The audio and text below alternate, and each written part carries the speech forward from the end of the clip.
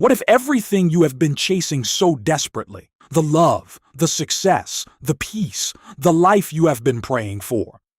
What if the reason it keeps escaping you is not because you are not good enough, not because you do not deserve it, not because the timing is wrong, but because of the way you are holding on to it? Today I want to talk about one of the most powerful and most misunderstood concepts in human psychology, ancient wisdom, and modern spirituality. It is called detachment. And by the end of this video, you will never chase anything the same way again. Part 1. The chasing trap. We are taught from the very beginning.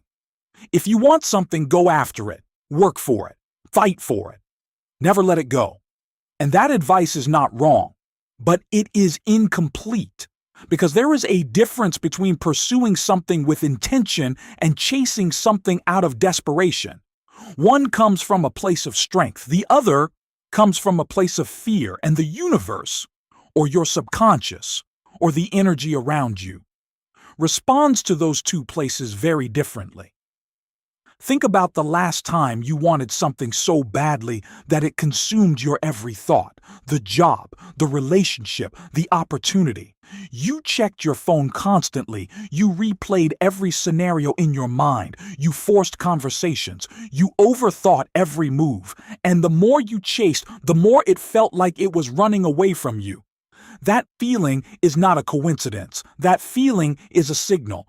Desperation has an energy, and that energy pushes away the very thing you are reaching for. Part 2. What detachment actually means now.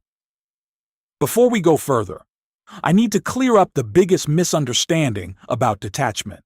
Detachment does not mean you stop caring. It does not mean you become cold. It does not mean you give up on your dreams. It does not mean nothing matters to you anymore. Detachment means this: you want it, but you do not need it to be okay. There is a book called Detach to Attract, and its central message is simple but life-changing. When you are attached to an outcome, you carry with you the fear of not getting it, and that fear, that desperate energy, becomes the wall between you and the very thing you want. The Bhagavad Gita, one of the oldest wisdom texts ever written, says it this way: you have the right to perform your actions, but you are not entitled to the fruits of your actions. Do the work, show up fully, but release your grip on the result. That single shift changes everything. Part 3. The science behind it. This is not just spiritual philosophy. There is real psychology behind why detachment works. When you are desperate for an outcome, your nervous system enters a state of anxiety. Your thinking becomes narrow. Your decisions become reactive. You start sending signals of insecurity to everyone around you. The job interviewer feels it. The person you are dating feels it. The business partner feels it. Desperation is not invisible. It leaks through everything you say and do. But when you detach, when you genuinely release the need to control the outcome, something remarkable happens. Your mind relaxes. Your thinking expands. You become more creative, more confident, more magnetic. Psychologists call this the paradox of detachment. The less you need something to happen, the more naturally it tends to come to you. Because you stop blocking it with fear. You stop sabotaging it with overthinking. You stop repelling it with desperation, and you finally make space for it to arrive. Part 4. Real stories. This concept shows up in the lives of some of the most successful people who have ever lived. Bruce Lee, one of the greatest martial artists in history, taught his students a principle he called "be like water." Water does not force its way through a rock. It flows around it. It finds the path of least resistance. And eventually, it shapes the rock entirely. That is detachment in action. Eckhart Tolle, in his book, The Power of Now, talks about the suffering that comes from attachment.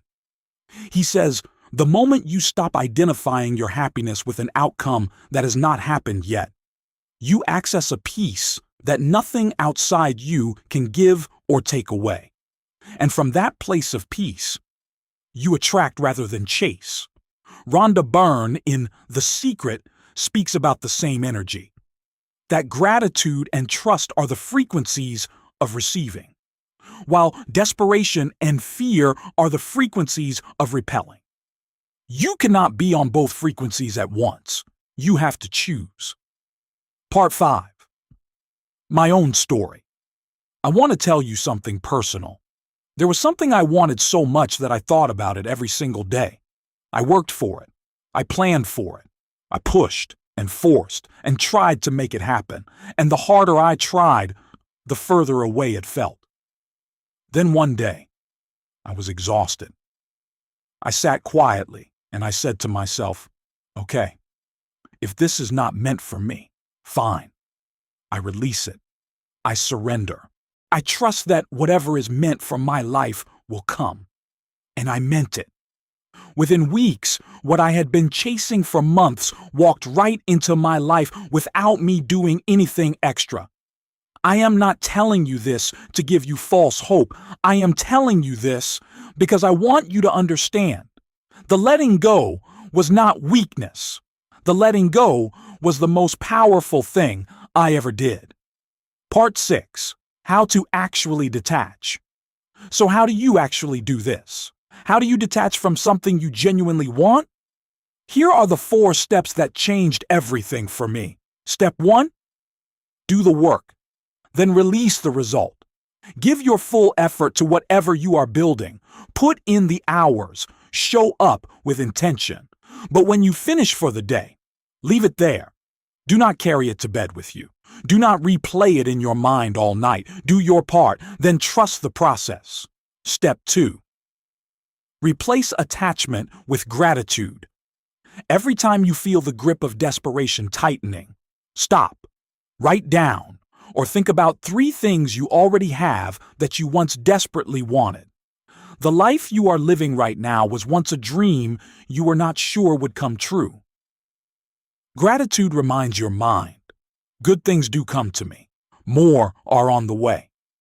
Step 3. Fall in love with the present. Attachment lives in the future. It says, I will be happy when I get this. I will be okay when this happens. Detachment lives in the now. It says, I am okay right now. I am building right now. I am enough right now. When you are fully present, you stop carrying the weight of an uncertain future. And that lightness is what allows you to move freely toward what you want. Step 4. Trust the timing. This is the hardest one, because we want what we want now. We cannot understand why it is taking so long. We start to doubt. Maybe it is not coming. Maybe I am doing something wrong, but timing is not punishment. Timing is preparation. What you are waiting for is also waiting for you to be ready for it. Trust that. Part 7. The deeper truth. Here is what I want you to really sit with. The universe, or life, or God, or nature, whatever you believe in, does not respond to begging. It responds to alignment. When you are desperate, you are not aligned. You are in resistance. You are telling the universe, I do not trust you. I do not believe this is coming. I have to force it myself. But when you detach, when you do your work and then surrender the outcome, you are saying something completely different. You are saying, I trust this. I believe in this. I know what is mine cannot miss me. And that trust, that deep, quiet, unshakable trust, is the most powerful force you can bring to anything you want. The flower does not beg the sun to rise. The river does not force itself to the ocean. They simply flow. Flow toward what you want.